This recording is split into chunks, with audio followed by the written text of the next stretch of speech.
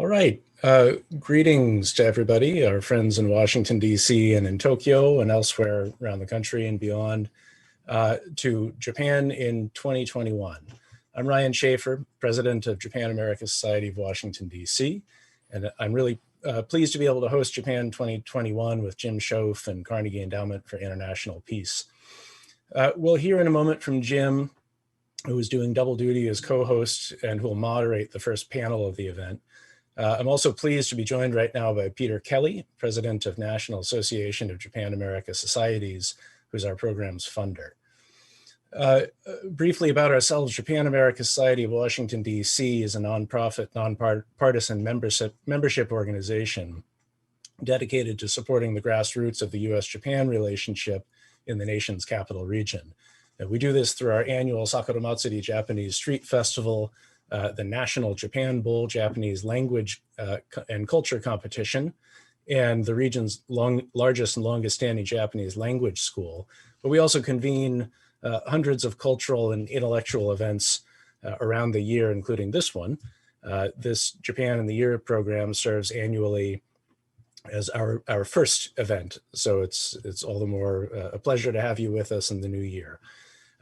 We created this program a better part of a decade ago, and from its inception, we've co-hosted the program with the Carnegie Endowment for International Peace and benefited from a grant from the National Association of Japan America Societies. And so let me turn briefly now to Peter Kelly, president of National Association of Japan America Societies, for a little bit more background on the program. Thank you, Ryan, and welcome to all the attendees. As Ryan said, I'm Peter Kelly from the National Association of Japan America Societies. We run a series of programs called the Japan Currents series. This year, there will be 14 such events around Japan America Societies all over the country. And the principal objective is to keep our member societies informed on the current events between the U.S. and Japan. And of course, there are a lot of current events going on between U.S. and Japan at this complicated time. The Japan America Society of Washington, D.C. was among the first of our societies to adopt this series all the way back in 2000, I believe it was in 13. So this is the seventh of series in Japan Update. And it's so important for the local societies to be the source of information about the U.S.-Japan relationship with current information. We're grateful to the Japan American Society of Washington, D.C. for helping us kick off this program 7 years ago and for maintaining it through these 7 years in partnership with the Carnegie Endowment for International Peace. You have a wonderful group of speakers coming up, and please enjoy the evening tonight. And please also be aware that many other societies, in fact, 13 other societies, will be conducting similar Japan Currents programs. We are very grateful to the Embassy of Japan, specifically to the Public Affairs section, who are our partners in offering this grant to our members. We hope you enjoy the presentations this evening. All right, and thanks, Peter. Let me echo you in thanking the Embassy of Japan for support. I'm going to serve as MC for the program tonight and tomorrow morning, depending whether you're in Japan or the US tonight and tomorrow morning, this morning and tonight. The program is going to take place in two parts. So the first one will be over the next hour and 45 minutes, and part two will be 12 hours from now. You're joining this on the Hop-In platform, and I encourage you to poke around the platform and take advantage of some of the various interactive features, such as we've created a networking lounge, which will be open throughout and after the event. So if you get tired of listening to me speak, you're free to pop over there and see if you can connect with a friend. You can also do that through the individual networking features. Do note that, among other things, we've got full participant bios that are linked to from the reception button on the left side of your screen that you can access. We're not going to go into in-depth introductions of speakers, knowing that you have those at your fingertips. So in a moment, I'll turn to Jim Schoff, co-host and moderator of the first discussion on Japan's domestic concerns. This will be followed by a discussion with Ambassador Kenichiro Sasai and Ambassador John Roos, moderated by Sheila Smith. For both panels, we're going to be taking your questions, so please do start thinking about what you'd like to ask and submit your questions along with your name and your affiliation to the Hop-In stage chat window. So if you look on the left side of your screen, you should see a column with chat functions. Make sure you're in the stage chat function, and that's where you can enter your question. And if that's collapsed, you see a little icon that looks like a video camera. You click on that, and that will open up your options. Before I cede the floor, I did want to just take a moment to note the passing of Dr. Ezra Vogel over the holidays, who one of the final slaps in the face of 2020. This was a blow, and no doubt everybody in this program and attending in the audience is affected one way or another by his loss, which is really a testament to his reach and his impact. So with that, I would like now to turn over, if the tech all holds up, to Jim Schoff of the Carnegie Endowment for International Peace to lead off his panel.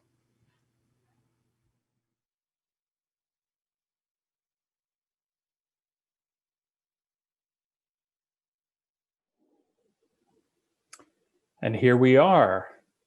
Thank you very much. Ryan and Peter, I appreciate it, and thanks for your words about Ezra. I know he's tuned into a couple of these events in the past, and I appreciate those words. And welcome everybody to Japan in 2021. It's great to partner with the Japan America Society of Washington, D.C. and with NAJAS. I'm Jim Schoff. I'm a senior fellow at the Carnegie Endowment for International Peace. This is our annual event to look at the coming year in Japan. We try to look at the whole year in total to sketch it out, scope it out. We have a session, which we'll do right now, on domestic policy, domestic issues in Japan.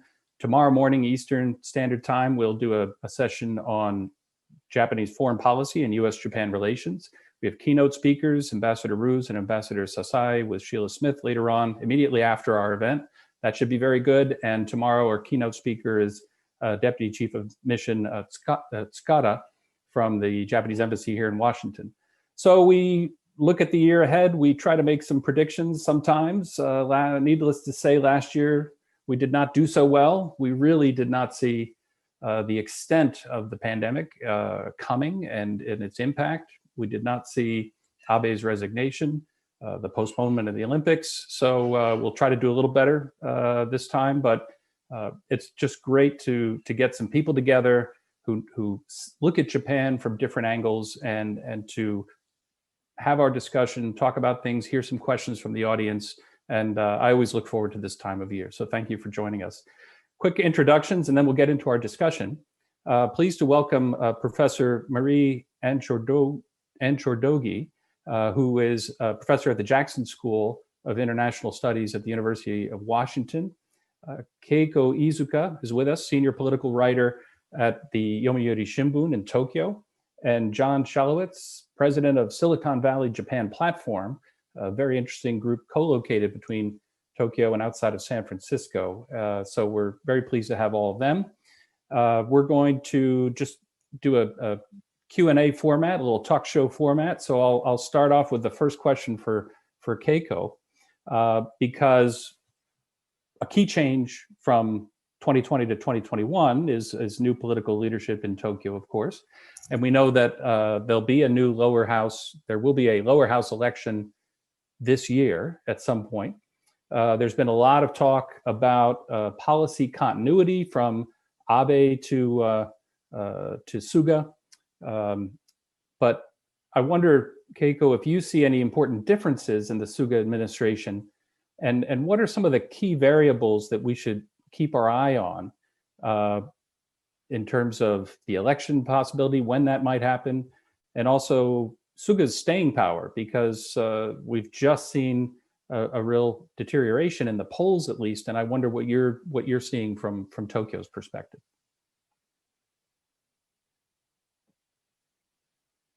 So Keiko, I think you're on mute right now. Okay. There we go.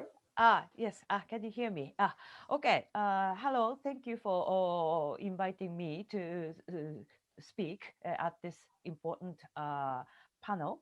Right now, it's 10 past 9 a.m. in Tokyo. Very clear sky, blue sky in Tokyo. Yes. And so I would like to talk about the Suga administration, which is about 3 months old. And it launched in September.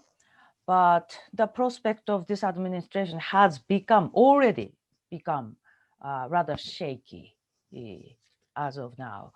The major reason for people's disappointment is mostly about Suga's weak leadership. And it's on both fronts, both domestic politics and foreign diplomacy, I guess. So I would like to talk on both fronts. First, domestic politics, and then next, foreign policy. So first, domestically, Suga's COVID measures have always end up behind, always too late. People think that the measures are rather too late and maybe too little. So, and people think, and it's been widely reported, that Suga is not listening to advisors, and maybe he does not have a good advisors that he is willing to listen to. He has good scientists around him, and of course, political aides as well.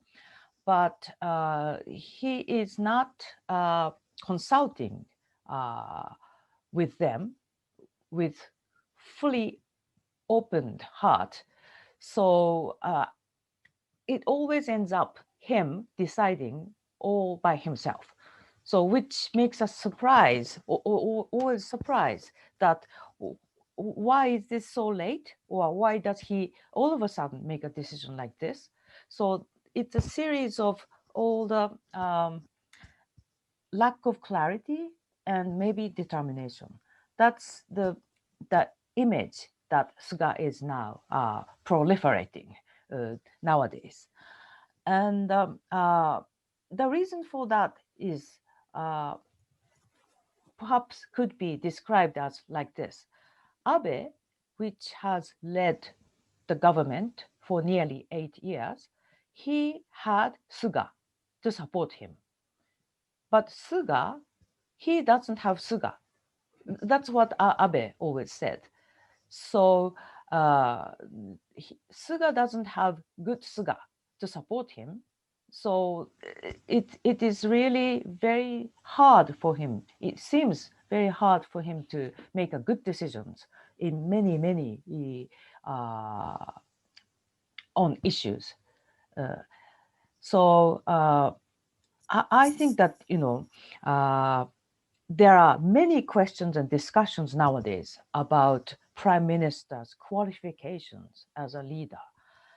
And so according to the most recent poll by the NHK, which was released 2 days ago, 40% of the respondents answered that they supported Suga cabinet, while 41% answered they did not. For the first time since last September, support and disapproval were reversed.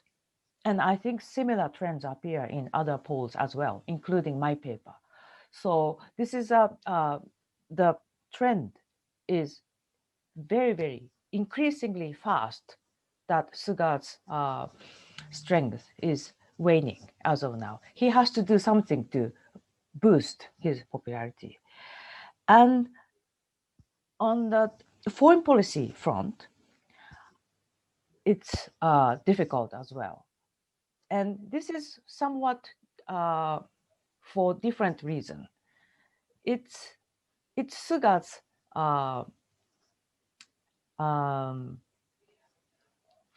Suga is basically not interested in diplomacy.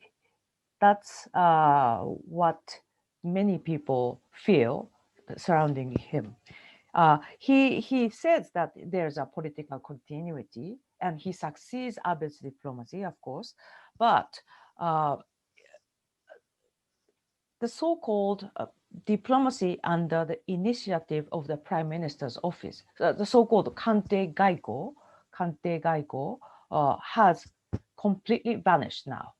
There's no Anchordoguy in Suga administration. It's back to it has gotten back to the normal foreign ministry MOFA diplomacy. So Suga does not take initiative in order to create new strategy, maybe vis-a-vis new Biden administration, or maybe China or Korean Peninsula. I have not heard anything about Suga trying to proactively get involved in trying to create a new strategy. So, and I hear many politicians and bureaucrats explain that Suga is not basically interested in diplomacy. So rather, his emphasis is much more on, as you hear, perhaps as you may hear, digital transformation and maybe a green reform. And those two things, digital transformation and energy reform, is for Suga, it is a economic boost package rather than trying to change the country or trying to make Japan, trying to figure out what kind of country Japan should be. It's more of an economic package for him. So it's a little bit different from having a grand strategy of what kind of Japan should be. So and I guess it's also not a short-term political change of dynamic either. Those two are very important issues, and we're going to talk about them in our session. Right. But you've highlighted a couple of very interesting things. This lack of kind of Conte cabinet prime minister driven foreign policy, which is a big difference from Right. Abe for certain. Right. And Abe did have moments where he went under in terms of there was opposition to some of the initiatives that he put forward on the state secrets law or other issues, but he always managed to turn it back around with the emphasis on Abenomics and that leadership quality. Yes. So that's very interesting. If I can, I want to jump to John, because yes. part of the reason we had John here today is to talk about this digital transformation aspect. Suga is putting a lot of emphasis on it. Right. They're moving to establish a new digital agency in 2021. So John, I wonder, what do you see are some of the most important opportunities and implementation challenges for Suga's approach, in your opinion? And what kind of progress or milestones by the end of 2021 would you say indicate a successful year on that front? Great. Well, thanks, Jim, and very happy to be here, and very honored to be on the same panel with Marie and Keiko. And actually, I want to build off something that Keiko just said. You know, from the outside looking in, and here in Silicon Valley, we obviously don't see the day-to-day political struggles of Suga-san. We have our own political issues here that we're sort of obsessed with these days, just a little bit. And so while we don't see that, I think I would say, in hearing from my peers and other people in the industry in Silicon Valley, I do think Suga's move is a welcome and I think a bold move, at least from the perspective of many leaders here in Silicon Valley. Again, just speaking from personal and people within the industry, you know, digital transformation, if we just sort of boil it up to the highest level, is a hard thing to do. It's not just about technology, it's about people and processes. And prior to joining Silicon Valley Japan platform as a nonprofit, I spent 25 years running tech companies, helping our customers with digital transformation and bringing innovative products to them for the purposes of digitalizing or improving their infrastructure. And it's a hard thing to do. And it's often, again, it's a people problem, and it's changing inertia and the way people think. So, I think just at the highest level, to making a bold move and saying, and to Keiko's point, there may have been economic stimulus goals around it, but at least taking a bold step and creating an agency, I think, is something that is very welcomed and very well received here in Silicon Valley. And the other thing too is, on the basis of digital transformation requiring more than just lip service and kind of a consultant plan, you really need to create an organization around it. So, what my hope is, and what we do in Silicon Valley Japan platform is build bonds between Silicon Valley leaders and Japan leaders, to learn from each other, to create peer-to-peer relationships and share ideas and challenges and things that they're facing around things such as digital transformation. And one of the things we hear often from our member companies in Japan is that the people issues, the inertia is very hard. So, again, Suga, I think, creating an agency and putting at least some organizational weight behind it, I think was a good thing. Jim, I'd like to sort of focus my answer a bit on a little bit more micro than the macro side of sort of Japan as a whole, because again, that's a lot of who we deal with in Silicon Valley Japan platform. And the various ways that we see companies, Japanese companies, looking to embark on digital transformation. And for that matter, it's no different U.S., Japan, Europe, wherever you are.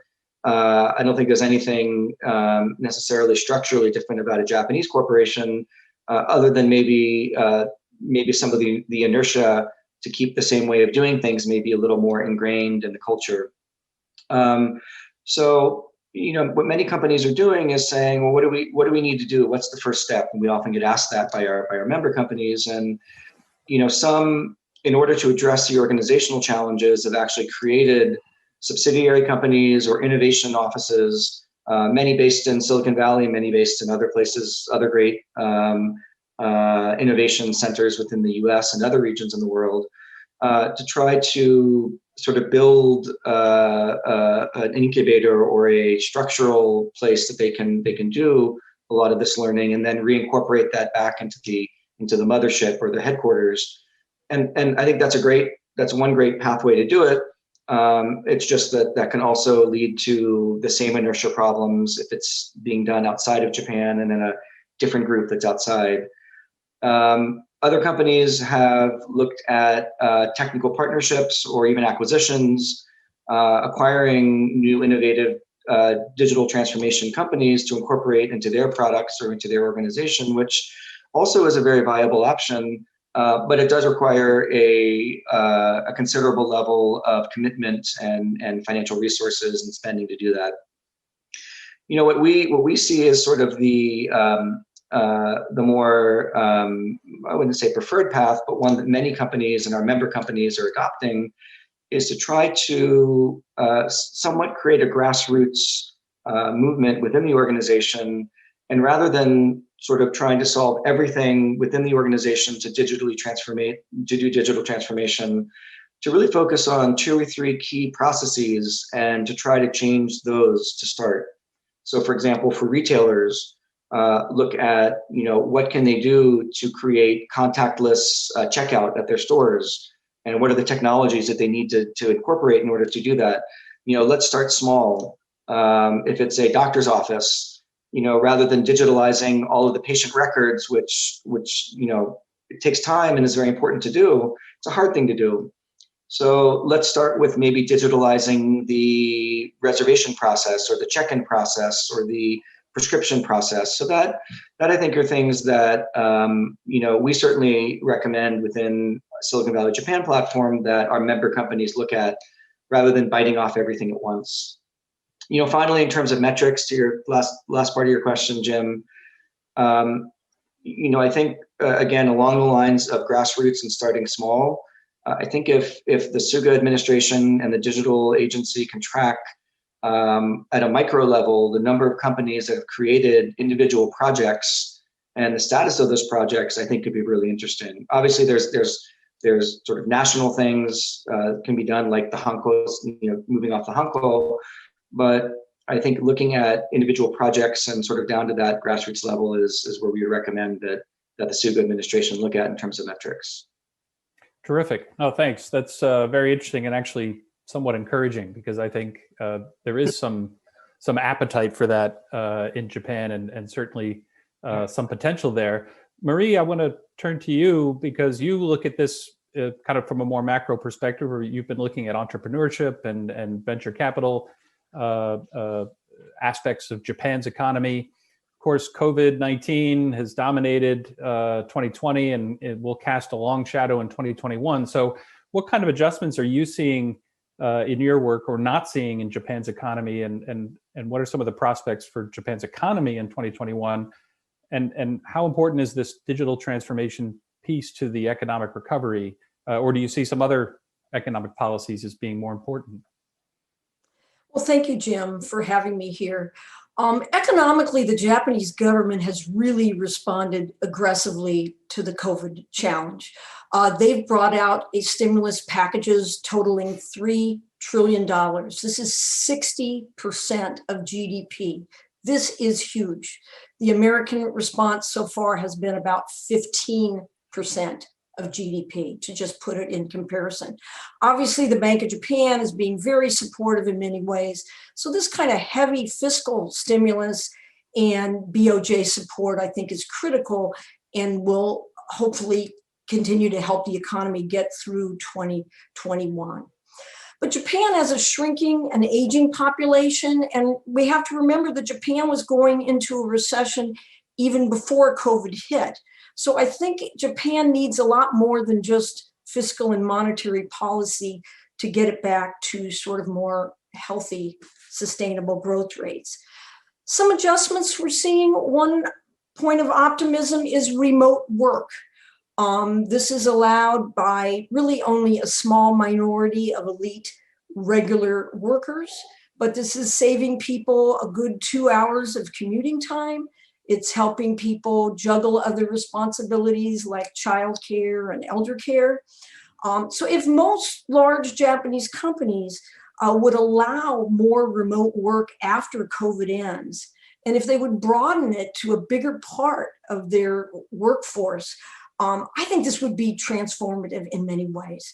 I think women in particular, but everyone would find it much easier to continue to work or to join the workforce, which would, of course, help Japan's tight labor market, which is due to the fact that there's very few young Japanese people entering the workforce. Now, Hitachi, as many of you know, has dramatically globalized over the last decade. They almost went bankrupt in 08-09, and they've really changed dramatically. They have said recently that some work from home will become standard starting in April.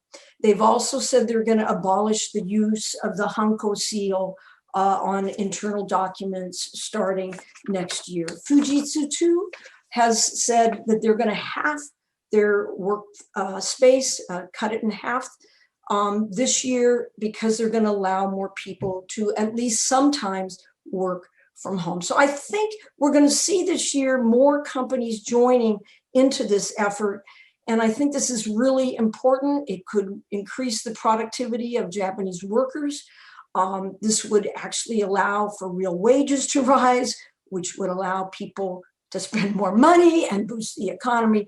So if more companies get onto this remote work, I really do think it could transform the economy in many positive ways.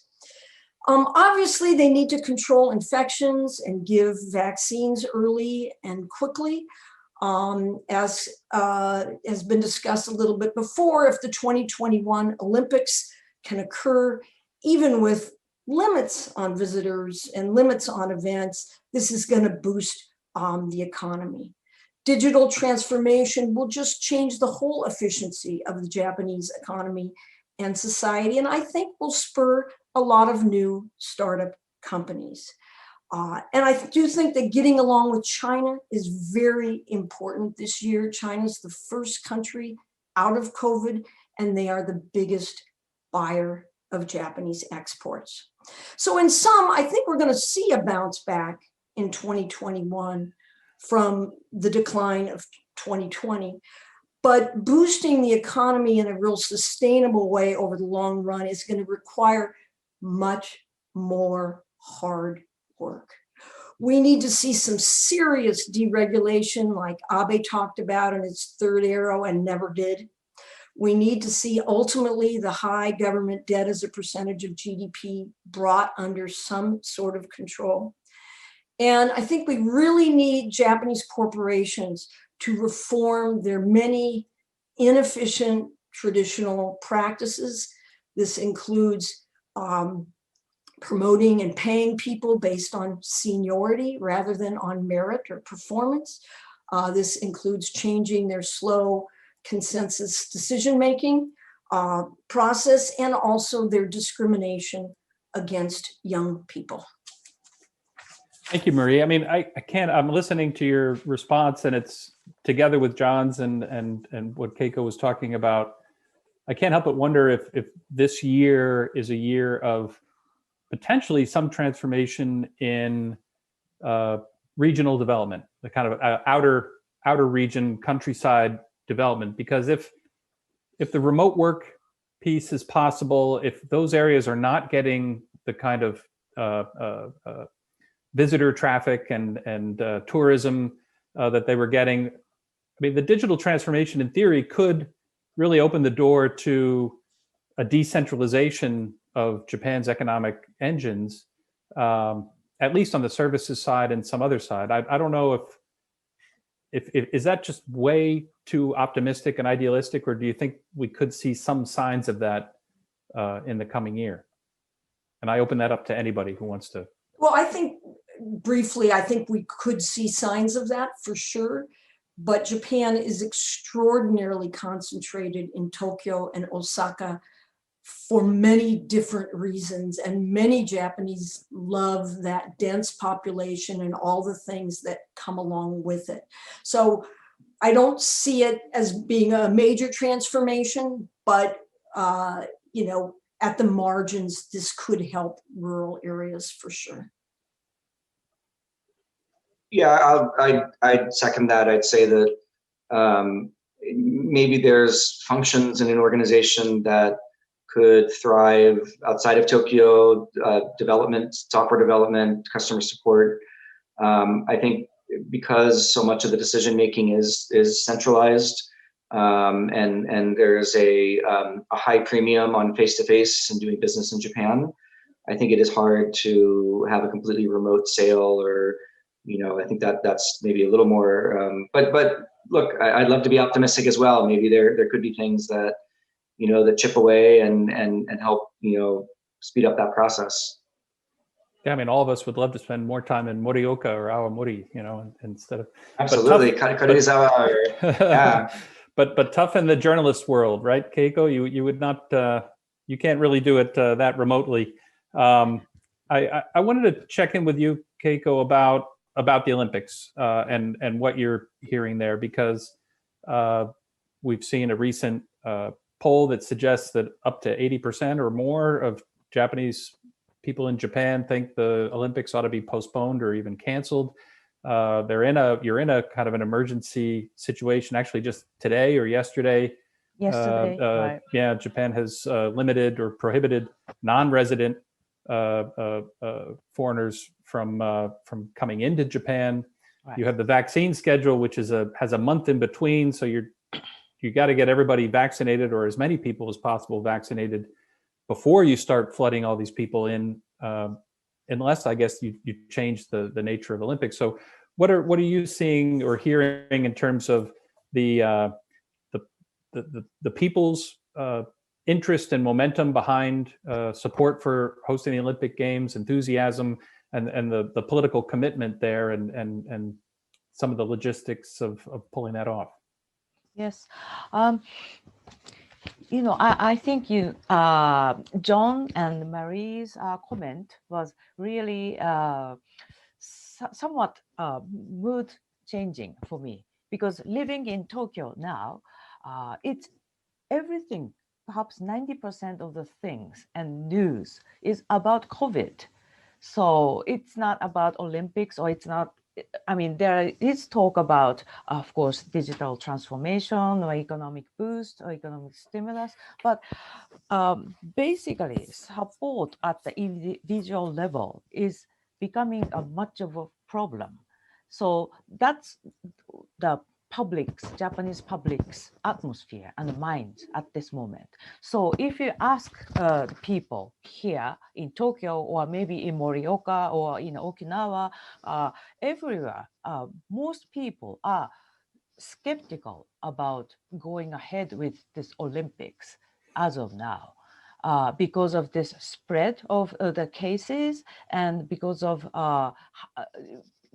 the government has not shown how to contain this pandemic, and we are not still sure how this vaccination will get on, will start as it planned. Suga says that it will start at the end of February, but scientists say that it will take months for the vaccination to get effective.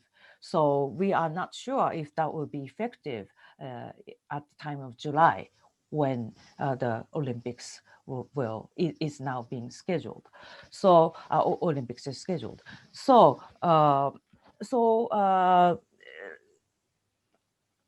answering Jim's question about the people's attitude toward Olympics, it's not too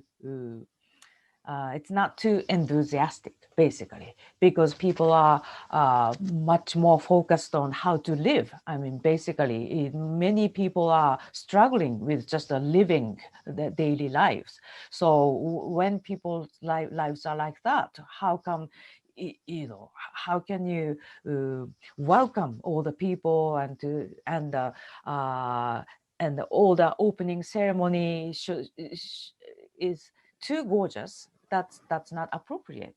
So that's the atmosphere of the people, Japanese public at this moment. But what the JOC and Tokyo government and the Japanese government are hoping is that as the time gets close, maybe in spring, and the vaccination starts, and maybe the cases are getting decreased, maybe people's feelings are a little bit more relaxed. So there will be a welcoming mood spreading among the public. So that's the public's sentiment. And as for the political commitment, I think Suga is determined to go ahead with the Olympics in any form of in any way or form. So no matter how small it would be, or no matter how close it would be, Suga will go ahead. And the major reason for that is that it is Japan's it will become Japanese economic boost, as Marie says. It's required, it's necessary for Japanese economy to hold Olympics in any way. But meanwhile,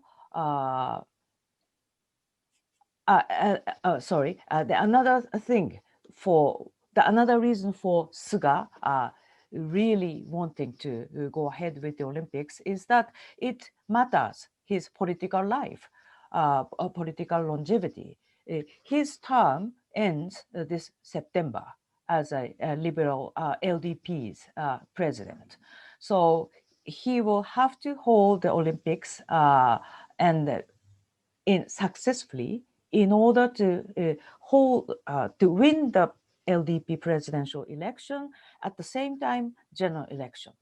So the days to monitor, days to watch from now on till this fall is, first of all, comes in April, where the by-elections will be national election. It's a by-election will be held. 2 of them will be held. And some prominent LDP politicians already has expressed that if LDP loses 2 of these, both by-elections, maybe Suga will have to go away, maybe even before the Olympics. So the April has become one very crucial political timing for Japanese politics. And another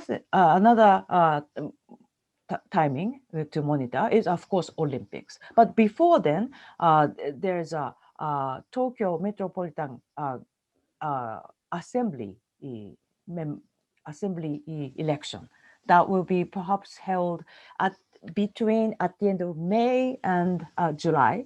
So and Suga might pick this timing as to hold the general election at the same time simultaneously. But my understanding is that perhaps Suga will wait until fall after the Olympics. So that's why Olympics is really, really important for his political career. So 3 days, April and the Tokyo Assembly election, and days after the Olympics. Those are 3 important dates to watch in order to see how Suga administration will survive or yeah, how yeah, or struggle. Yeah, struggle. Yeah, exactly. That's right. Yes. No, that's great. Thank you so much. You've given us some good concrete milestones to think about. We're getting toward the end of the hour, and actually I have a lot of questions coming in via text. So I do want to jump in on those. Before I jump to the questions, very briefly, and this is for Marie or John together, or anybody who wants to join in. I do want to just touch on the ambitious zero emissions goal that Suga has set. So along with digital transformation, this idea of green technology, addressing climate change, and of course with the Biden administration, this will be a big issue as well. From an economic or technology perspective in Japan society, do you think, what are some things we might look for in 2021 that would be signs of Japan making some progress in this way?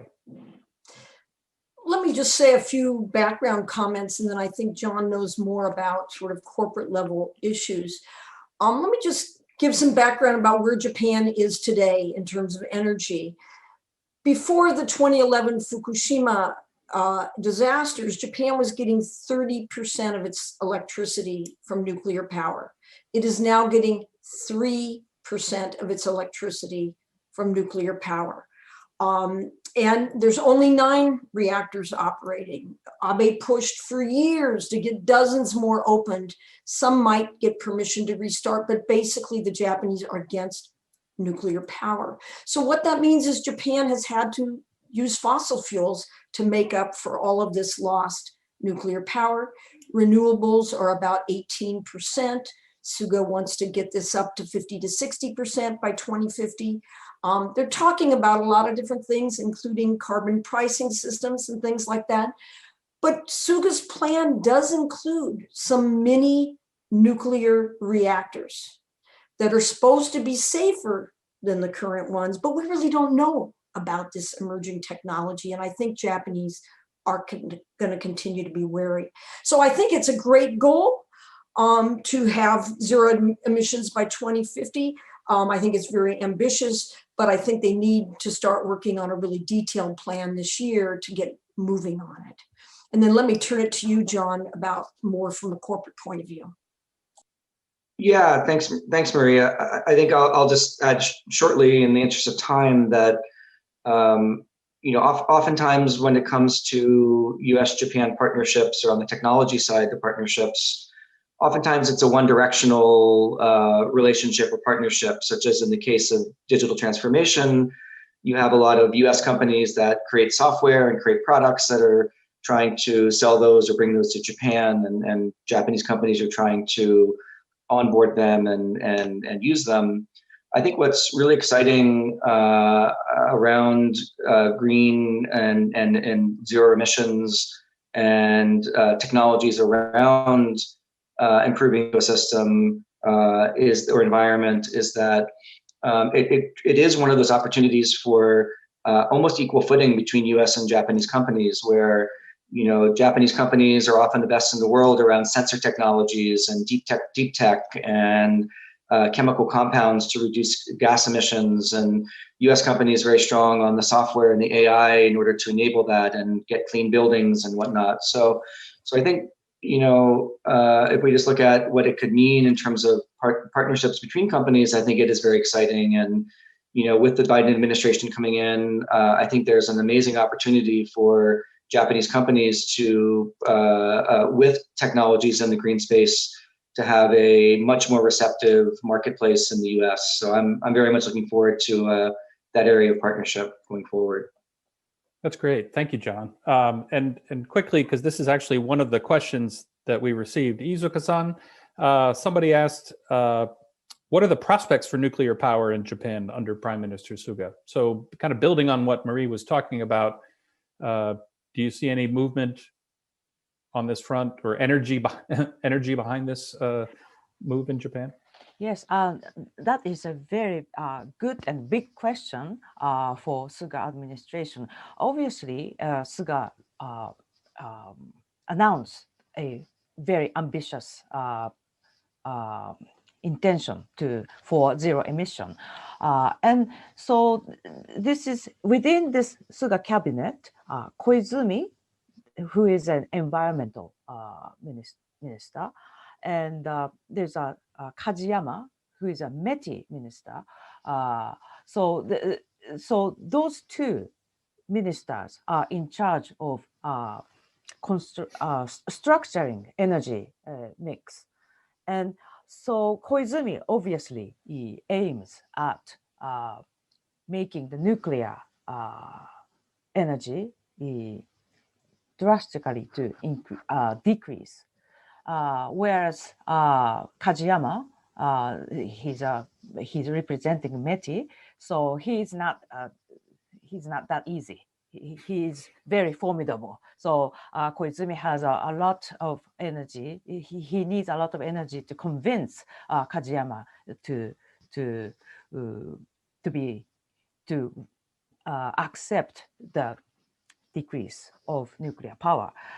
But in reality, but even Koizumi admits that in order to achieve the difficult goal, some level of nuclear power is necessary for maybe future couple of or maybe several years.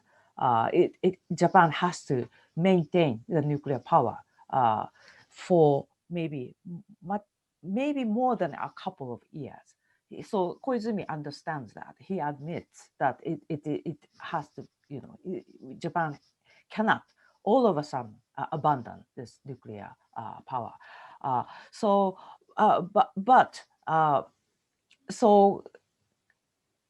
there was a very big change as for the Kajiyama-san's attitude, that he is willing to discuss this matter with Koizumi, which is a big shift from previous METI policy. Yeah. So that took place within this Suga administration. Maybe under the Abe administration, this could not have happened. So there was a merit of Suga's announcement, or at least to go for this, trying to achieve this zero emission objective. And as you may know, Kajiyama is a very big confidant of Suga. Suga and Kajiyama-san is a deshi follower of Suga-san. So because of his father's link with Suga, right. Suga worships current METI minister's father, former chief cabinet secretary Kajiyama. So in that sense, there's a merit of Suga administration, the launch of Suga administration. But there's still a skepticism about how they do it. Well, and here, the sustainability of the Suga administration throughout 2021 is going to be critical, because yes, if you're going to make progress on big policy issues like what's the role of nuclear power, what's the right mix, digital transformation, some of these other big issues. Right. If they can't sustain having people in these positions because these debates will take time to unfold. And it needs stability of the administration. Yeah. So that'll be interesting. One other question that came in was about immigration policy. And I don't know, Marie, if this is anything that you follow or if anybody on the panel wants to attack this. But there was a question about whether we might see in 2021 some movement toward further reform or liberalization of immigration policy in Japan. Is that on the agenda at all? Does anybody know? I don't know if it's on the agenda. I think they still haven't met really what Abe, sort of the reforms that Abe came out with. A lot of those got stopped by COVID, obviously. So I don't think we're going to see something in the next year or so. But just in general, these are certainly looking from an American perspective. These are good efforts that Japan is making, but these are just, this is not going to help Japan get out of its problems. I mean, Japan needs to bring in 1 million new immigrants every year to get, every year for many years to get out of its problem of having a declining population. So I expect when I look at the past that what happens is it's only when things become an acute problem that Japan moves on it. They should have moved on this 25 years ago, quite frankly, making it easier for people to come in like Abe did. But so anyway, I'm not real optimistic about huge change on immigration. Okay, I had one, I might be able to squeeze one last little question in, and then I want to come back to everybody quickly if you have any final thoughts. Izuka-san, somebody, I think it was Tobias Harris, is asking about the Kante Gaiko issue. To what extent is that due to Suga's relative inexperience or the presence of former NPA officials as National Security Advisor and other key posts versus ex-MOFA or ex-METI? Or is it just bad timing? Because since he took office during the final months of the U.S. administration, preoccupied with its own political challenges and the pandemic, et cetera. What do you think? Yes, yes, that's a very important question as well. I think the reason why Kante Gaiko vanished under this administration is that solely Suga-san's priority is not too high about the foreign policy as of now. I can understand partially because COVID is an emergency, urgent issue to tackle with, and the economy has to be tackled. So, but still, there's no team, team within Kante, the Prime Minister's office, while under the Abe administration, there was a team about Russia or South Korea or North Korea. It's a personal. They were Abe's personal team to tackle with or create a strategy, forge a strategy how to deal with all these foreign policy issues. So and there's no such teams whatsoever within the Prime Minister's official residence at this moment. Yeah. So that shows, that shows, how the attitude of Suga's priority.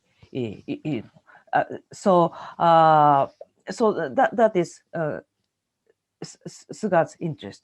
And one more thing I would like to point out about this Japan-US alliance. One good example shows the shift from Abe politics to Suga. It is a discussion on a long-range missile. It involves the ability to attack enemy bases, and that's a very politically sensitive issue, as Jim well knows.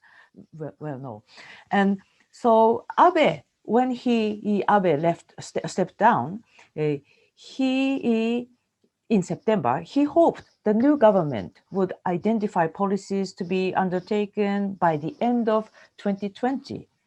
But Suga completely postponed the discussion, basically. So there was never a conclusion about this discussion. So we can feel that the heat has so much declined to deal with this issue. Right. So that's one example. So I Yeah. think that about the defense and foreign policy, for Suga, they are not the top priority as of now. Right, right. No, thanks. And of course, in tomorrow morning Eastern time, later on tonight in Japan, we'll have our international panel as part of this event, and that will feature a big focus, obviously, on the U.S. Japan alliance, and we'll get to some of these defense issues there. We're just about out of time. We're going to have to stop at our hard stop because we have a great fireside chat discussion coming up next, and I hope people stay with us for that. John, you didn't get one of the questions directed at you, but I want to give you maybe a chance to jump in with any final thoughts before we say goodbye. 30. I'll do my 2-minute drill or 30-second drill 30 here. seconds. 30 seconds. Yeah. I just say that getting back to digital transformation, it requires bold moves sometimes and some drastic changes. And just within our own organization, with our members, COVID has been horrible, obviously all the deaths and all the disruption around the world. But if there's any silver lining, it would be that, getting 30 Japanese CEOs on a Zoom call with multiple US CEOs and executives would never have happened last year. Everything we did was in person.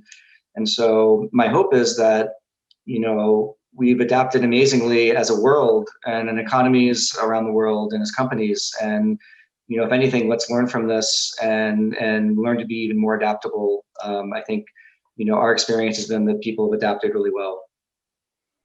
That's terrific. Thank you. And thanks to our audience who has adapted to our Japan in 2021 event by attending online, and to all of our participants. It's great to see you. John, thank you. Marie, wonderful to have you as a part of it.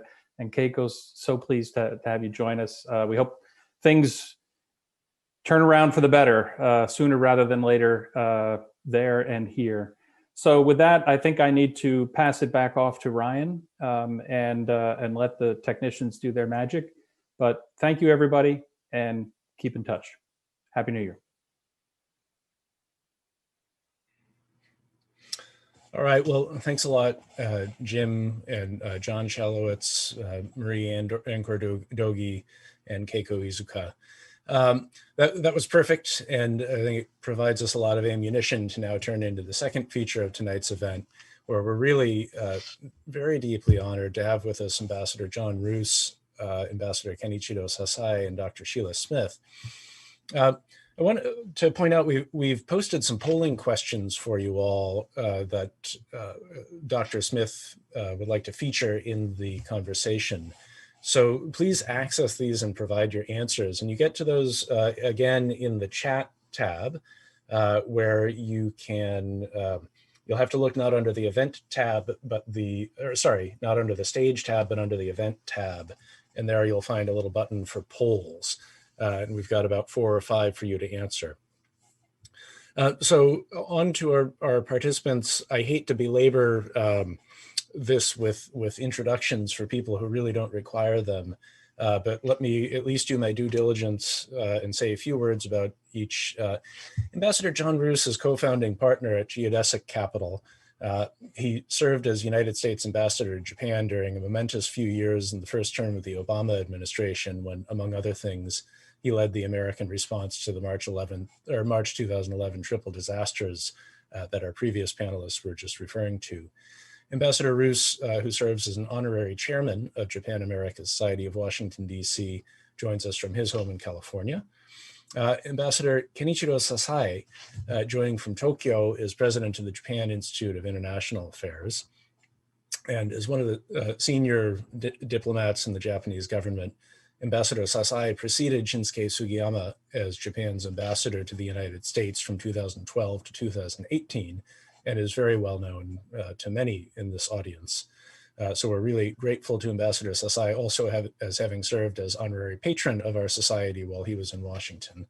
And finally, to Dr. Sheila Smith, a longtime counselor to our society, who will serve as moderator of the discussion. Dr. Smith is a senior fellow for Japan Studies at Council on Foreign Relations and is, of course, one of the most respected scholars and advisors in the field of U.S.-Japan relations and our bilateral security affairs. And Dr. Smith joins us from here in DC. As with the previous panel, our discussants have agreed to take audience questions, so please submit them through the stage chat and on the, again, upper right-hand side of your screen.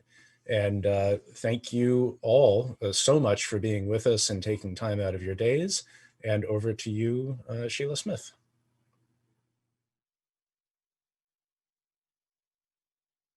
Pleasure to be here, and it's a particular honor to be here with two ambassadors who have represented our country. John Roos, you all know, served in the first Obama administration and was the United States ambassador to Japan from 2009 to 2013. Kenichiro Sasai was Japan's ambassador to the United States from 2012 to 2018.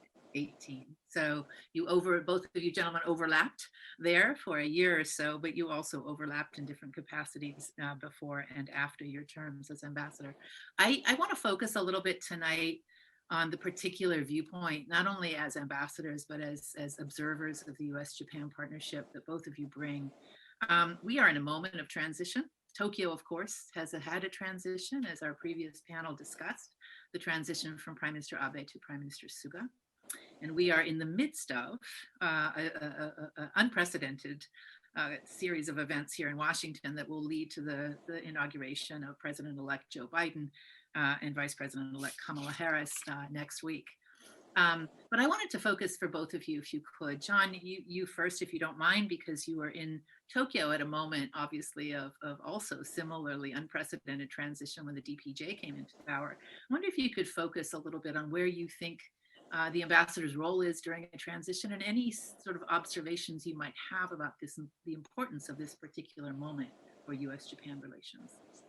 Well, first of all, Sheila, Dr. Smith, it's great to see you.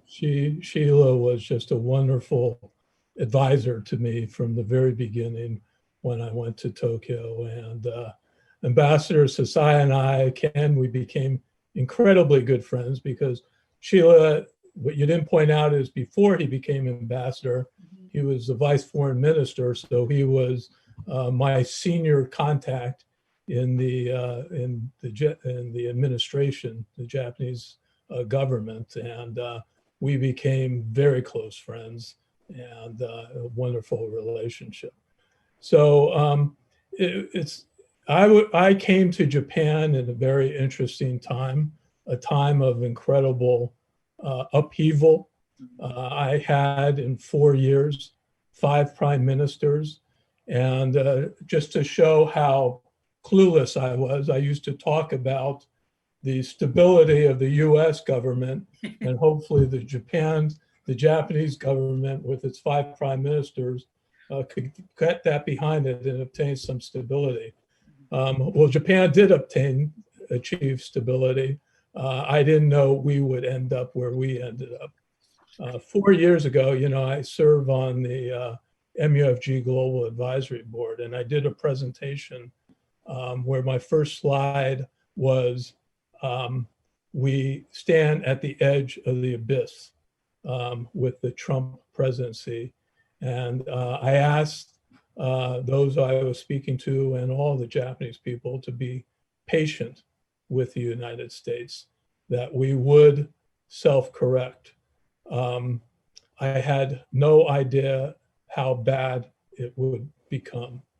And now, thankfully, from my perspective and a significant majority of Americans, we're going through a new transition to a group of leaders, not only President-elect Biden, but Secretary of State Blinken, Jake Sullivan, the National Security Advisor, a whole group of leaders, Bill Burns, who's now head of the CIA, or will be confirmed as such, who was the #2 guy in the State Department. We now are transitioning, in my view, back to a group of people that understand the importance of allies, understand the importance of relationships. And so while there was this perception of a great relationship between Trump and Abe, underneath, I think there was tremendous damage, best case analysis, neglect of the alliance. And now we enter a period where, to use the Secretary Blinken, he hasn't been confirmed, so I was searching for the right words, but we're going to do things by, through, and with our allies. And that's pretty important. And part of getting our house in order is fixing our relationships abroad. And you asked what, one of the things that I'm hopeful for is that we will get a new ambassador fairly soon. Since the last ambassador, Ambassador Hagerty, resigned to run for Senate in Tennessee, we've been without an ambassador, although Joe Young, who was my deputy chief of mission when I was there, has done a fabulous, fabulous job under very difficult circumstances. But I think now is a time to rebuild confidence in the alliance. The foundation has been shaken, but it's still there. And I think one of the main things that the new ambassador and the new administration needs to do is show the Japanese people and the government that we can be relied upon, that we can be trusted. And so one of the things that I would advise the new ambassador when he or she is nominated and confirmed, maybe it will be you, Sheila. That would be great. Is to take every opportunity to rebuild that trust and confidence in the United States. And that will flow through every issue. I think, interestingly, we really have an incredible opportunity with the 10-year anniversary of 3/11, the Great East Japan earthquake, where the United States, I'm proud, stepped up to show the importance of the relationship between Japan and the United States. And we worked together, obviously, with the Japanese in the lead role to address what was their major crisis before all of our major crises of COVID. And I hope we find ways to symbolically celebrate, show respect for the tragedy, but celebrate the alliance and what happened in the relationship there. Another thing that I hope we can do, and then I will stop, is find something big to work on together. And one of the things I am hopeful of is to address the healthcare crisis that both of our countries face and the world faces. And quite frankly, I've been a little disappointed that up to this point, Japan and the United States, which I consider to be the two most innovative countries in the world, have not collaborated in both the public and private sector on vaccines and therapeutics to address COVID. And I think that is an opportunity for our two countries to come together and do something big that shows the strength of the relationship and the importance of the relationship between the two countries. So I'll stop right there. Thank you, John. I'm going to come back to you on that one because our audience polling reveals some interesting insights on that as well. So Ambassador Sasai, Ambassador Sasai, you also managed transitions. And when you came to London, of course, the Shinzo Abe returned and the LDP returned to government in Tokyo. And you were then tasked with making sure that the Abe cabinet and the Obama administration worked well together. And then, of course, you are here in DC as we approached our 2016 election and watched and guided your own government as to the dynamics that would emerge with our new president-elect at the time, President Donald Trump. An amazing period for a Japanese ambassador, I'm sure, but what did you learn, and what lessons that you learned do you think will apply to the current transition underway here in DC? Well, thank you, Theo. First of all, let me thank you for doing this. And throughout all my years in Washington, you are always good friends and also advisor. I very much enjoyed all the conversation I had with you. And also, John, nice to see you again.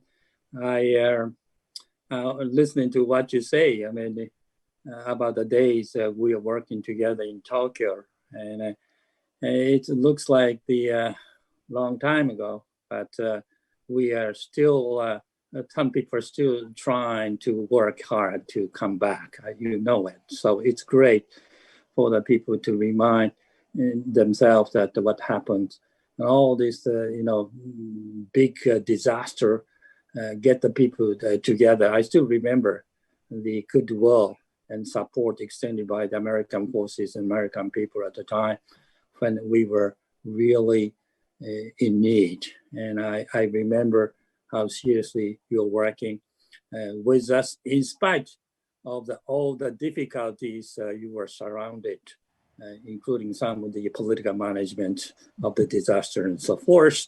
I don't get back to you, but after that, in transition, especially from democratic government to LDP, from Prime Minister Noda to Prime Minister Abe, that was exactly the timing I was sent to Washington.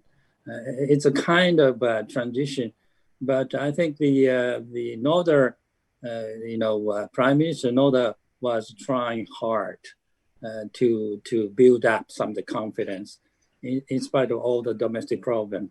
So, it was a good timing for Prime Minister Abe came in and to rebuild the country in different perspective.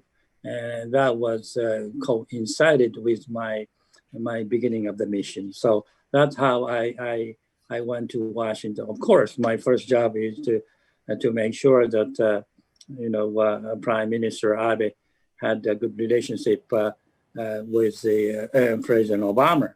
And when I first met him, I first met Prime Minister Abe before going to Washington. And the Prime Minister Abe told me, Ambassador Sasai, your first job is to get a fixed meeting with the President Obama. I said, of course, sure. But the thing it was immediately after the election, and people are busy in Washington, and you have to be waiting. So that gave me a bit hard time in the initial stage of the sort. So it took some time, but after Prime Minister came to Washington, it was great. He was ready to address all the difficult issues, including trade issues like TPP and so forth. And there was a good collaboration taking place. That was a consolation to me. But at the end, it didn't work out. But the process was there. I still believe that the United States would come back to this after evaluating the strategic value of this exercise. It's not simply Democrat versus Republican. This should be more of the bipartisan instrument to cope with the rise of China, especially on the trade front. We will argue this one later on, but I just wanted to mention this because I think this was one of the most, I would say, the salient issues the Prime Minister Abe at the time when he came to Washington for the first time was addressing to President Obama. Then I think, 4 years of Obama presidency, that was very much rewarding to me in many ways. The Prime Minister Abe made a courageous decision on the security issues. You all familiar with this one. And then, there was a good liberal causes they were trying to work together at the time, including reconciliations of the relationship, President Obama's visit to Hiroshima, and also Prime Minister visit to Pearl Harbor.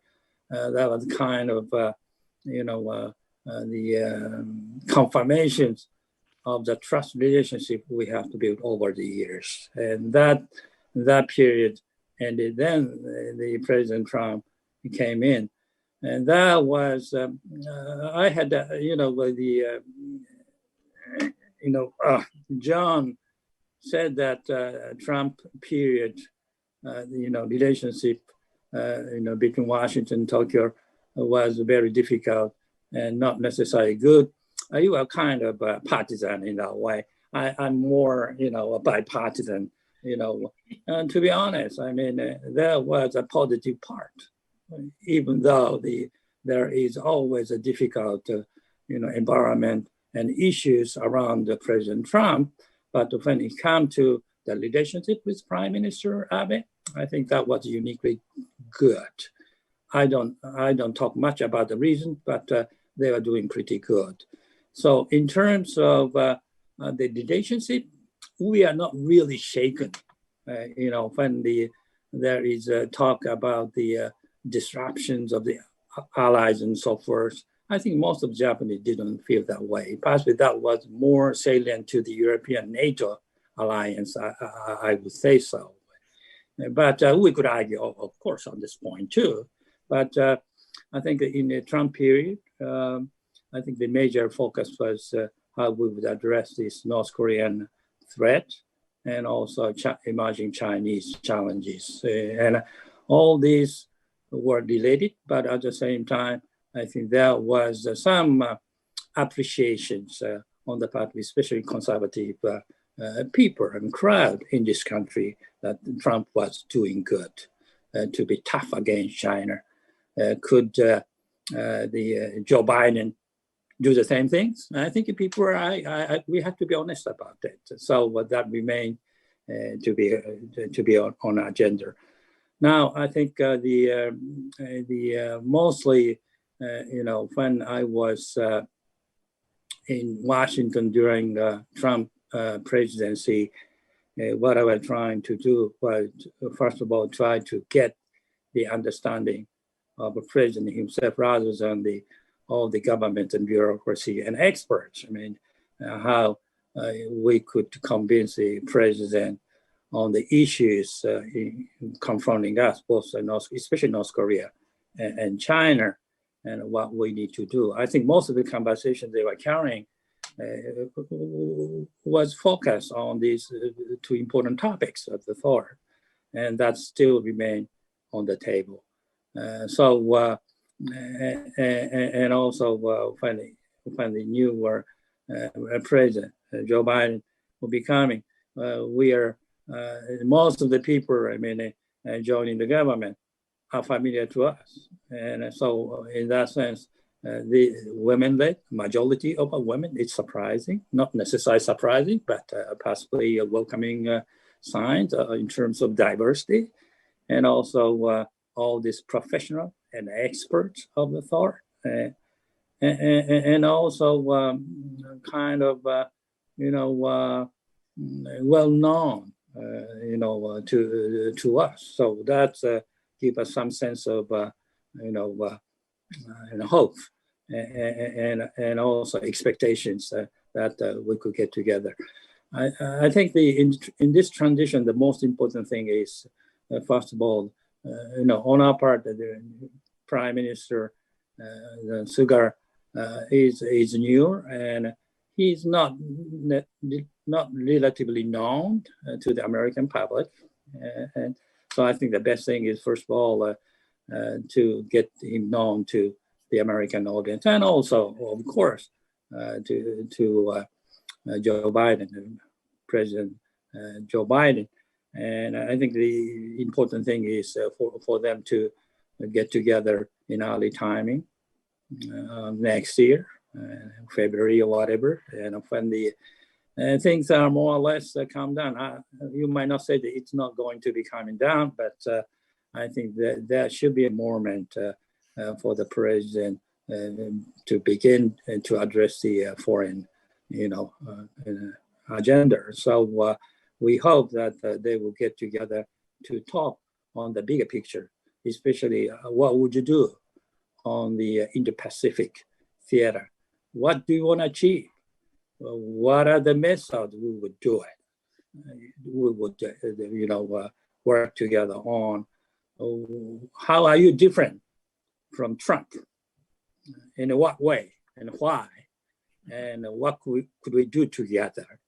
And I think especially there is some concern expressed by the conservative here that is Joe Biden basically try to work on the dialogue and try to be nice and to negotiate, not necessarily from the strength, but more from the principle and logics and moral high ground. Is that going to work with China? I think people would argue that way. So all these, are subject of the debate.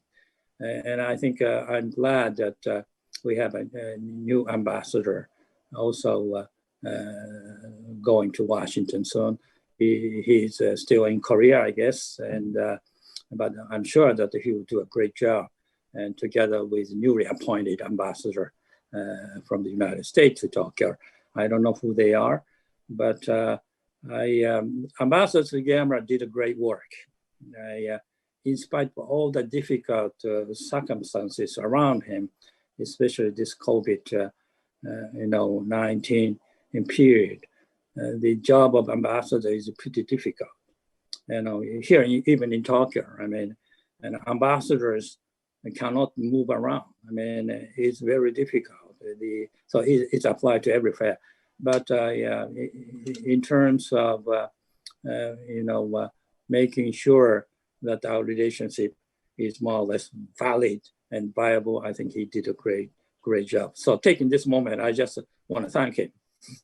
I will stop here and possibly. I have a 2-minute rebuttal, or do you want to? Well, yes, you will have a chance to rebut, but just let me share something with you. So both of you inadvertently answered my next question, which is what are the opportunities at the moment that you see in the relationship? So John, you mentioned healthcare, and Ken, obviously you are emphatic about the Indo-Pacific. And so just to share with you our polling results, right? So our audience that is listening, I asked, or Ryan and I put the poll together, so our imagination was kind of limited, but we asked them, what is the greatest opportunity for cooperation? And 53% answered the Indo-Pacific regional collaboration was important. Next generation technology and innovation came in second at 18%. So our audience, John, is interested in the work that's being done out there, but in general, our next generation challenge is pretty much on people's mind. And the third is pandemic response. So there you go, John, 12% came in on that. The other piece I wanted to sort of put in there, we asked about China. And so, if you sit in Washington, of course, you're ear to the ground and you're listening to Japanese public officials or reporters and others. And of course, there's a real worry, obviously, coming out from Tokyo about whether or not Biden, and I'll be blunt about it, you guys don't have to use this language, but will Biden be pro-engagement as opposed to being, as Ken said, arguing from a position of strength. But we asked our audience, can Washington and Tokyo actually agree on China policy? Or is this a big focal point of dissension? And 70% of our respondents said yes, Washington and Tokyo can agree in the next administration. So despite the worry and concern, and sometimes we hear it in anticipation of the new team coming in, I think there's a fairly strong consensus that we'll be able to find our way to a common approach on China. So I'm going to ask you to be a little bit on the other side, which is not just opportunity, but what is your biggest concern? And John, yes, you can rebut a little bit. We're cognizant of the time here, but what is your biggest worry for the alliance in 2021? What is it that you are concerned about that we shouldn't overlook? And we're all again, fans of the U.S. Japan relationship and among our audience as well, we want this to go well. So what, if you had the ear of President-elect Biden, Prime Minister Suga, I'm sure you both will and do, what is it you're going to tell them to be careful of, be aware of? And Well, John, do you want to go first? Yeah, I think President-elect Biden is fully aware of it, but it dovetails into the whole China discussion, where I disagree with Ken. I know the conservative being tough on China. We've seen a spiraling down of the relationship between the United States and China, and that relationship is pretty key to the future. And I think the Biden administration does go in with its eyes wide open. I think, if you look at kind of the three areas that they talk about, there are going to be areas that are adversarial. They're going to be, all three of these areas are going to be critical for the U.S. not to go it alone, but to work closely with Japan in particular and its other allies. And there are adversarial parts to the relationship, whether it's the theft of intellectual property, South China Sea, we can go on with regard to some of the real sensitive areas. Then there are competitive areas, trade, which Ken touched upon. And then, of course, there are areas of potential real cooperation, whether it's pandemic, climate change, nuclear non-proliferation. So I think we are at a very sensitive point in the world with the continued deterioration of this relationship with between the United States and China. And I think that the United States, along with its allies, most particularly Japan, is going to have to work on each of those areas to try to find, to stand up to China where necessary, but also to try to find common ground and opportunities to improve the relationship. Because the track we're on now, I think, is, as I said, very much spiraling down, and we need to change that.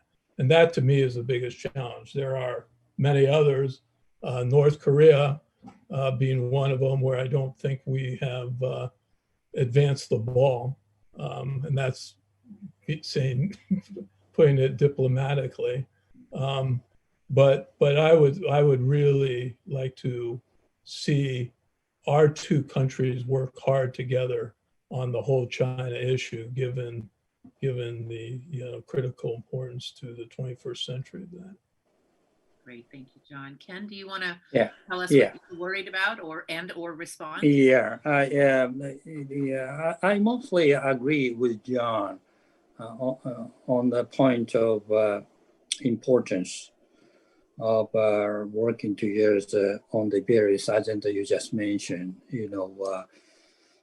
But this is kind of chat among friends. I think we could be more candid in terms of, I would say, talking about the potential dangers or problems.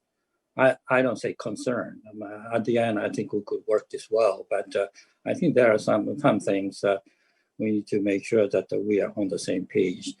One is, I think, on the global agenda, liberal agenda. I agree with John on the importance of working together on the health, for example, WHO issues, and how to make all this international regime working better. And in conjunction with our collaboration on how to stop the virus spreading more, not only necessarily our own countries, but also the other developing countries. Those situations would prevail, I mean, for some even years possibly to come. So I think that is an area where we could work together to advance our own collaboration. And if there is some, for this one, I don't have much concern. If there is a concern that could the United States or Japan be more for the others rather than ours. I mean, that's a challenge. But when it comes to issue like environment, say, we all know that environment is a kind of flagship issues of the thought of the Biden administration. In the same way, some of the audience might be surprised. Prime Minister Suga is also addressing these environment issues. Actually, he changed the policy, I would say, compared to the previous government. He made sure that the environment is more prioritized agenda.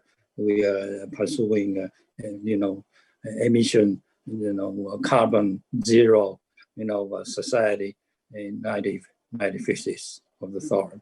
So, and also they try to focus the investment to make sure that all those green investment will be the engines of the economic growth.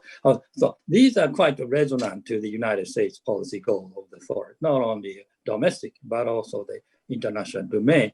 And the question is that could Japan catch up together with the United States? I think the United States possibly, under the Biden administration, more advancing and try to move faster.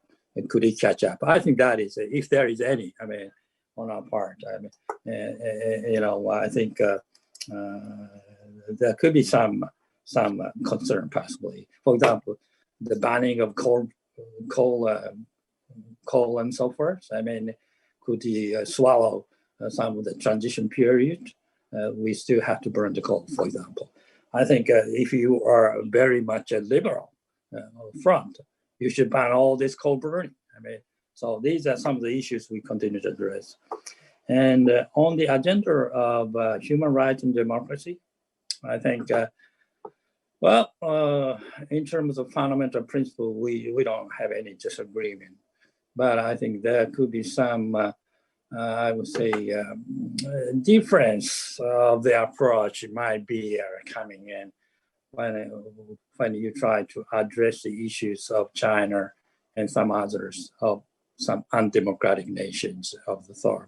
This has been an issue for some time, but it still could be the issues of when we don't really, iron out and even they recognize some of the approaches taking place when the approach taken to convince the undemocratic government of the thought, and also people are behind it. Now, on the Chinese, on the technology issues, I think this is more germane. This should be the major agenda for the bilateral collaboration, obviously, whether it is semiconductors, 5G or and others, and new technology, sensitive technology, even including military technology.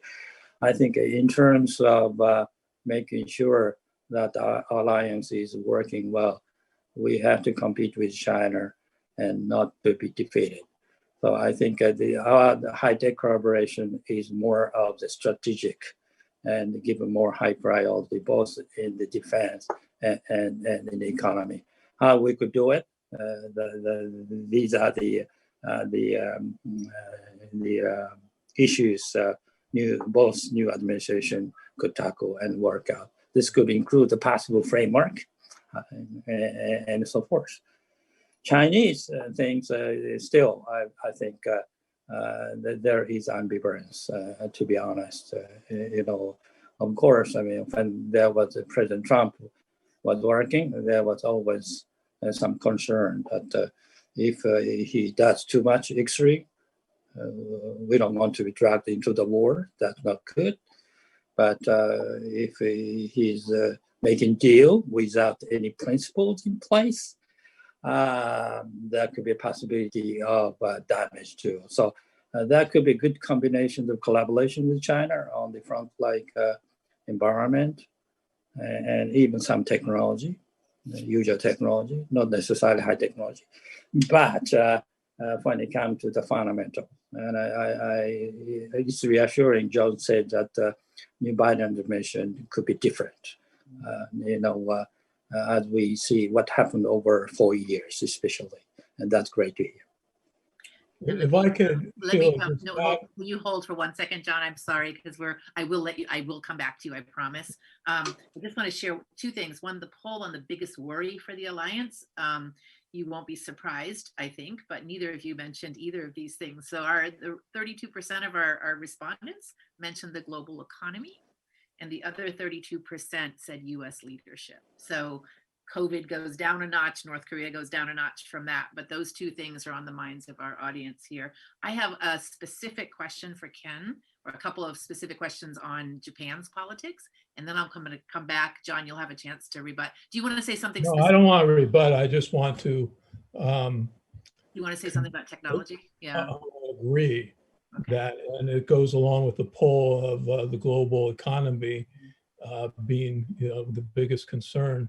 This whole area of technology and digital transformation, of which I've literally devoted my post-ambassadorial career to here in Silicon Valley, is key, in my humble opinion. And I think that there is so much that Japan and the United States can, should, and has begun to do together, and really building off of each other's strength in that regard. So I think the world economy and the recovery of the global economy and each of our individual economies in many ways is driven by the whole technology issue.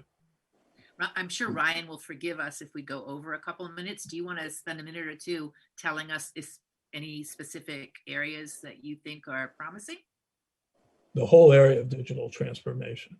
I mean, that is, we have this convergence of all of these different technologies, whether it's don't get me started on this. 5G, artificial 1 minute. No, I'm just kidding. Go ahead. robotic. It's Yeah. incredible what I've seen more innovation since I've come back here in the last few years than I have in my entire career in Silicon Valley. And it's the convergence of all these technologies and the fact that Suga-san has made digital transformation a priority, and the advancements that are taking place here in the United States, one of which is beneficial to everyone, the work from home and all the technologies surrounding that and the potential long-term implications of that are incredible. And that is one of the areas that I think Japan and the United States on both the government level and the private sector level can do an awful lot. It opens the door, I think, to so much that could be typically in the private sector domain, but what now we have a public policy priority in Japan that would really be helpful if we could find ways in which the Biden administration can speak to that. I think would be excellent. We have a couple of questions on Japanese domestic politics. John, if you'll forgive me, I'll ask Ken very briefly for his take. And then I'm going to come back to both of you to talk about the job of an ambassador in the 21st century, right? But let's ask a little bit. We're going to push you a little bit.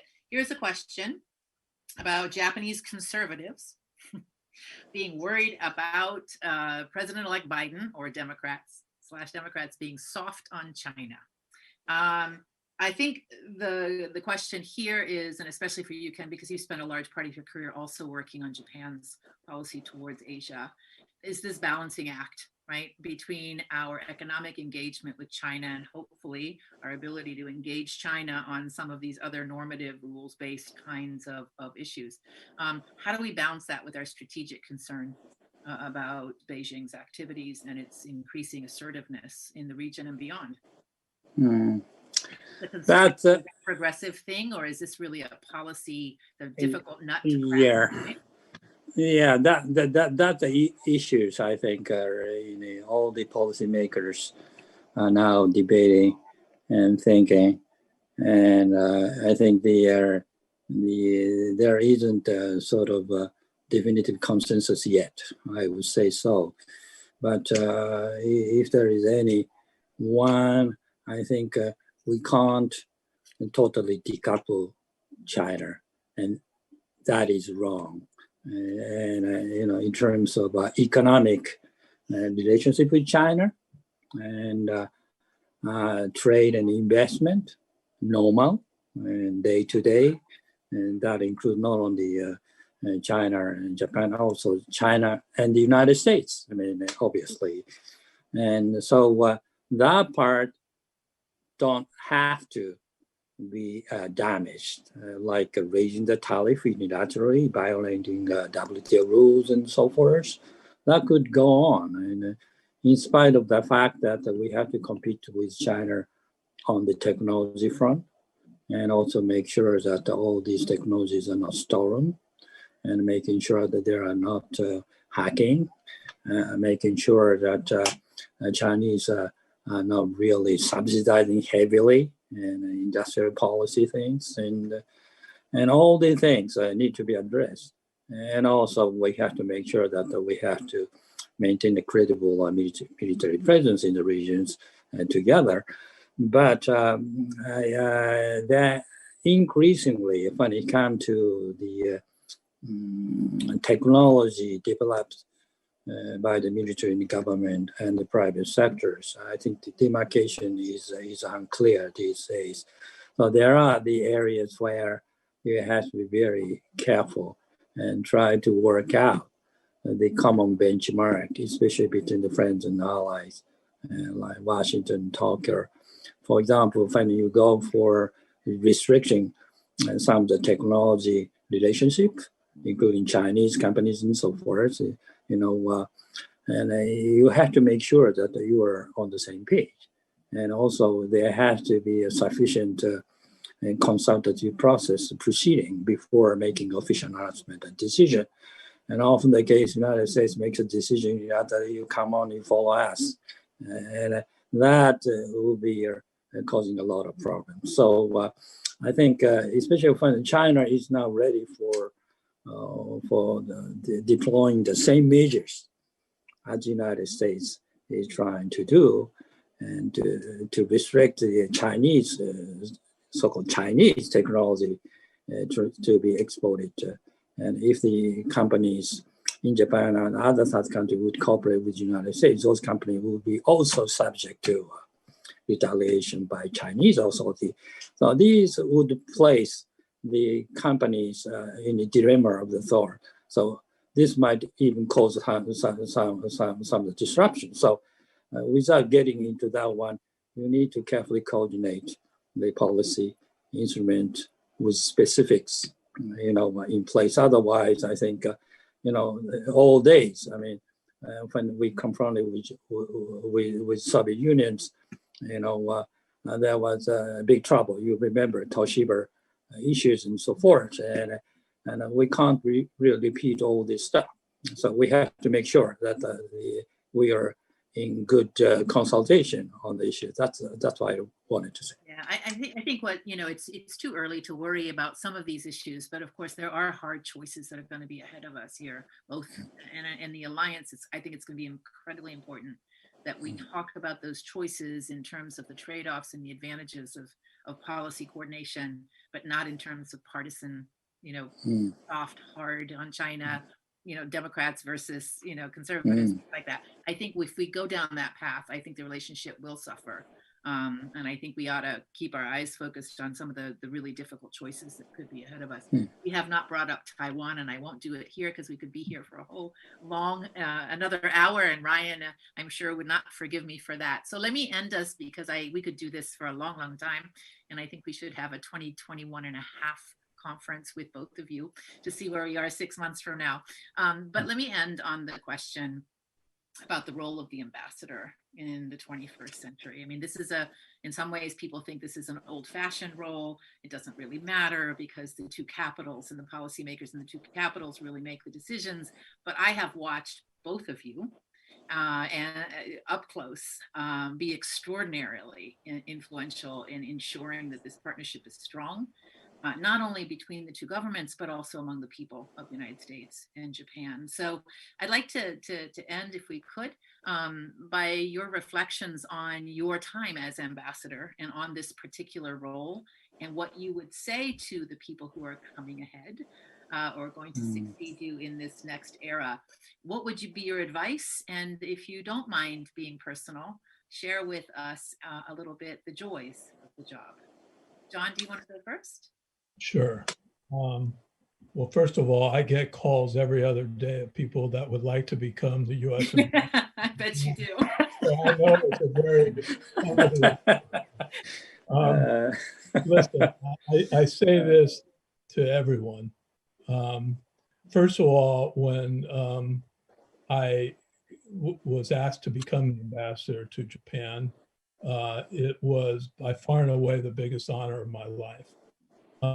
Prior to that, though, in the concept of becoming an ambassador, I was skeptical because of the things you hear about, well, the decisions are made in Washington, what kind of influence do you really have? And I didn't find that at all. When I came to Tokyo, first of all, I spent time trying to listen and learn as much as possible because, as you guys know, I came from the private sector, so I was not a career diplomat.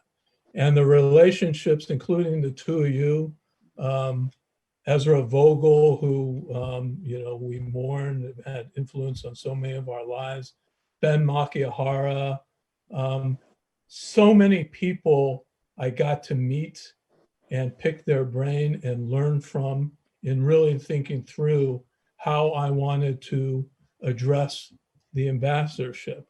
And there's one part of the role that is obviously just being there, representing your country, and showing the support for the Japanese, the travel, the getting out of Tokyo, traveling all over Japan, being the symbol of your country and helping to establish that personal connection. There's obviously dealing with the issues that the three of us have talked about in this session that to me were fascinating. And so many of them were new to me. I have to admit, and I admitted this at the time, I had never heard of Futenma before I became the ambassador. And for the first but you became an expert by the time. I became an expert. But it's your influence is what you put into it. And, I hope I had influence in Washington on some of the key issues that we've talked about today. Obviously, the key policy decisions are made there, but you do have tremendous influence.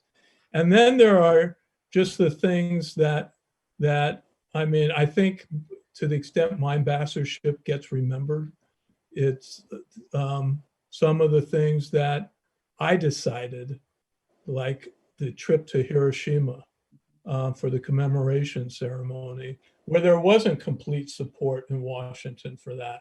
And I had to lobby for it along with Jim Zumwalt, who I think is attendee at this, who was my deputy chief of mission, who was invaluable in kind of working the system to make that happen. That ultimately did lead to President Obama going there, which had huge symbolic importance for the world. And then there are just things that you cannot ever prepare for, and that was 3/11. And at that point in time, boy, did I learn firsthand the importance of being the ambassador. And by the way, I don't mean to be political here, Ken, but Trump has been a little down on the quote deep state. I can't tell you how invaluable that expertise in both the government and the private sector in bringing together so many experts to both assist the Japanese and address particularly things like the nuclear crisis and the tsunami. And so it's an immensely, in my view, important job. And, as I said, it was just the best experience and most valuable experience of my life. And if I could just say one more thing, some of the things you do that were so symbolic. For example, when we went up to the Tohoku region, we went to an evacuation center, and there was this little kid that had obviously seemed to have lost his family. And everyone said, you know, don't kind of stay away, be respectful. And my instincts just told me to go up and hug the kid.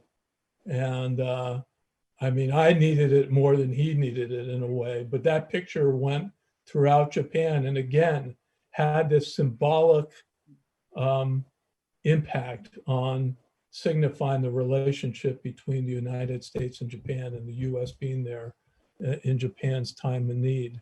And one other thing, to this day, as many on this Zoom call know, we started the Tomodachi Initiative to invest in the young people of Japan and help them connect up with the young people of the United States. And to this day, there have been thousands of participants and hundreds of programs. And every time a kid sends me an email, and now some of them are adults, that says, you know, it impacted my life. I can't tell you what that meant to me. That means more than anything. So for those of you who have contacted me to become the next US ambassador to Japan, I highly recommend it. Well, for all of us Americans, during the time of the March 11 disaster and the follow-up, we were very proud to have you in Tokyo, John, and your team. Very, very proudly, we watched you represent us in the best possible way, the strength of the partnership between the United States and Japan. So I get a little verklempt in the same way I think Japanese get very verklempt about that moment. But I think it's important that we remember that our partnership is exactly for moments like that, when the country is in trouble and when we need each other. And it is done through the kinds of actions and activities that you and your staff and everyone did at that time to represent the American commitment to Japan. So thank you. And I have watched you, Ken. I'm going to let you make your comments before I make my observations. But Ken, your job as ambassador, you are coming from a different system. You're not a political appointee. You're a deeply trained and experienced diplomat coming up the ranks of the Ministry of Foreign Affairs. But the ambassadorship is a huge responsibility for you. Tell us what it feels like, and tell us the joys and the setbacks, if you want, whichever you prefer, but help us understand what it meant for you to have that job. You know, in old diplomatic book written by a scholar, said that the ambassador's or diplomat's job is to tell a lie for the country. I think that is not true. I think you have to tell the truth, but often the case you have to defend the countries you work on. You can't really, even though you have a cynical skepticism of what your government is doing, you have to reserve for that the personal use, not necessarily for the official use, because you are working for the government as a loyal servant to the government. It doesn't mean that you know, you don't tell the whole story, including especially the relationship with the host government you are working in. And when I was ambassador to Washington, especially when the President Trump came in, and this was a spectacular moment of the sort, but most of the people in Washington were not expecting that, including most of the ambassadors in town. So it was kind of, you know, enormous challenge to all of us. And so you have to quickly change sort of all these calculus, including your own assessment of what the new administration will be looking like. And some ambassadors, you know, I don't say who, reported to their home country saying how dangerous this government could be and all this stuff. And I think it doesn't mean that you can't deal with that one. So you have to be really professional in terms of judging what is the essential character of this government, as well as the strengths and the weakness of the government. And that the professional things all the ambassadors need to do. And often the case, you try to tame down some of the problems. You find that to give the impression that to maintain the relationship, but you have to be honest and candid in making your own assessment. And that's the job of the ambassador. It doesn't mean that you have to talk in public all these things as a professionals. But number two is that the ambassador's job is basically, as John said, that need to be together with the people. I mean, not necessarily with the government. The government means that host government, and including both the professional and political leadership, but also the Congress and journalists and widely American grassroots like Japan American Society here in hosting together with us, and you have to be there. You have to show up. 80 or 90% of ambassador job is to show up, and you represent and talk not only about your own country, but also your own sense of what you think about the relationship. So for that, I really enjoyed all this friendship extended not only from the government, but also from the wider American, people, grassroots. Everywhere I did go, I was giving a good, receptance, and I enjoyed going out and speaking. And even though I speak the same things 10 times, I mean, the same things, but people still appreciate it. That's great. And coming back from Washington, I talked with my wife how wonderful our life was in the United States. And the treasure of being ambassador is, John said, that get to know the people, nice people, wonderful people. And that's a treasure. And throughout all this life, you will never forget. That sense is important. So whenever America is in trouble, whatever, we follow very closely, as if it's your own mother country. When there is some problem in the United States, we feel very bad about it. When there is good thing, today, as John said, it could be a possibly good day for the American democracy, showing its strength still, and it's good. We really love to see America coming back very strong, in the sense that we all know about American values. And so these are the joys, as ambassador. But I think at the end, when the real sort of joy is possibly when you get over the problems. Sometimes you can't, obviously, but when you feel like you are getting over the difficulties together with your friend, that gives you enormous enjoyment. I don't say which at this moment, but there are several of that, and I haven't written any memoir yet. But please all do. this, is a source of my indulgence, personal indulgence, when I look back on the job I did. Of course, as John said, the ambassador's work is changing as the environment changes, especially when the decision is taken by the capital. That is true. And also there are always telephone calls and direct contacts and talking. Often the case is some people misunderstand that the ambassador could be sidelined, and that is wrong, I think, but some people think that way sometimes. But in spite of all that, I think ambassador's job cannot be replaced by those working in the capital, because of the direct contact with the people, the first-hand knowledge of what's happening. I would stop here. But if I'm asked, I want to do that again, I say no. That I did enough. That's enough. But because you were so discreet and not naming names, I'm going to be the same. But I think both of our democracies, the job of the ambassador also is to make sure that those elected to public office in both of our democracies understand the value of the relationship. And I had so many opportunities to watch you make sure that your elected leaders, whatever party they came from, understood what America and Americans were concerned about, as well as what Americans were looking to Japan for.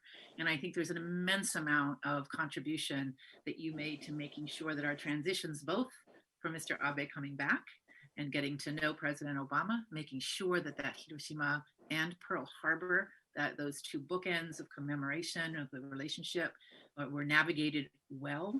And I think at the end of the day, your quote here was a spectacular moment of a sort, which is a very diplomatic way of referring to our 2016 election and the transition in 2017. But, I will tell an anecdote which doesn't compromise anything, but I had the occasion to have lunch with the British ambassador after our election. And he took me aside and he said, how the heck, that's not the word he used, but how the heck did the Japanese ambassador know what was going to happen? And I just smiled because I think there was deep admiration among the diplomats in Washington of the Japanese embassy's ability to navigate that particular election and transition. And so I think there's credit needs to be where credit is due. You and your staff were very astute America watchers and very dedicated to making sure that Japan or Tokyo had the right information about what was happening here in the United States. And we are also in the Japan community of DC, but also in the country, deeply appreciative to you of how much you understand us and have made a profession and a lifetime commitment, both personal and professional, to understanding us. And I still love that picture of you in the Indianapolis 500. I think it speaks volumes about your ability to put yourself where all Americans live and work and make sure that we understand Japan's importance to us. So thank you. This has been an amazing session. Thank you both for being so candid and open. I too, like Ambassador Sasai, want to thank Ambassador Sugiyama for his service here in Washington. He has been a great friend of the Japan-America Society, of all of us here in Washington, even in these very, very difficult circumstances, and of course his own personal his own personal loss. We are looking forward to Ambassador Sugiyama's successor, Ambassador to be Tomita, will be welcomed here. And we look forward again to continuing the work that both of you have done so astutely and wholeheartedly on behalf of the U.S. Japan Alliance. So thank you both. We will call you back for advice in the months and years to come. It's great to see you. Please stay safe. Okay. Bye-bye. Thank you. Yeah. Thank you so much. Nice seeing you. Yeah, thank you all. Thank you. Thank you. Good to see you. Thank you. Bye now. Bye. Well, thanks a lot, Ambassador Roos, Ambassador Sasai, and Dr. Smith.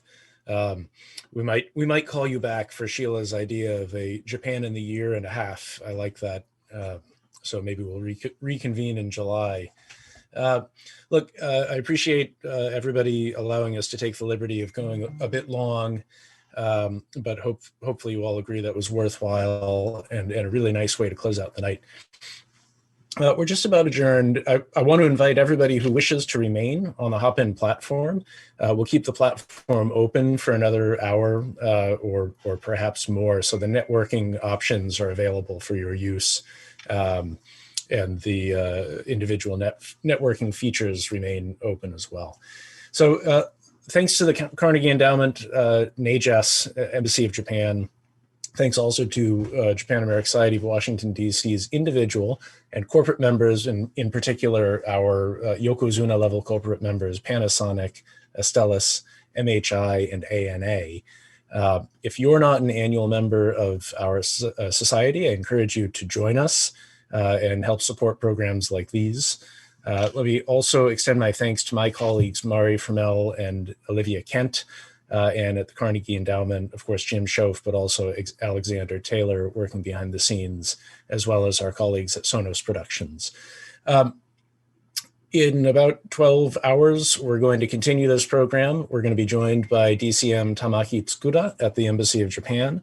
And we'll also conclude with our panel focused on Japan's international concerns and the bilateral relationship with Emma Chandler-Avery, Glenn Fukushima, Yuko Koshino, and Gordon Flake. So with that, we are adjourned for part one of the program, and thanks to you all for being with us.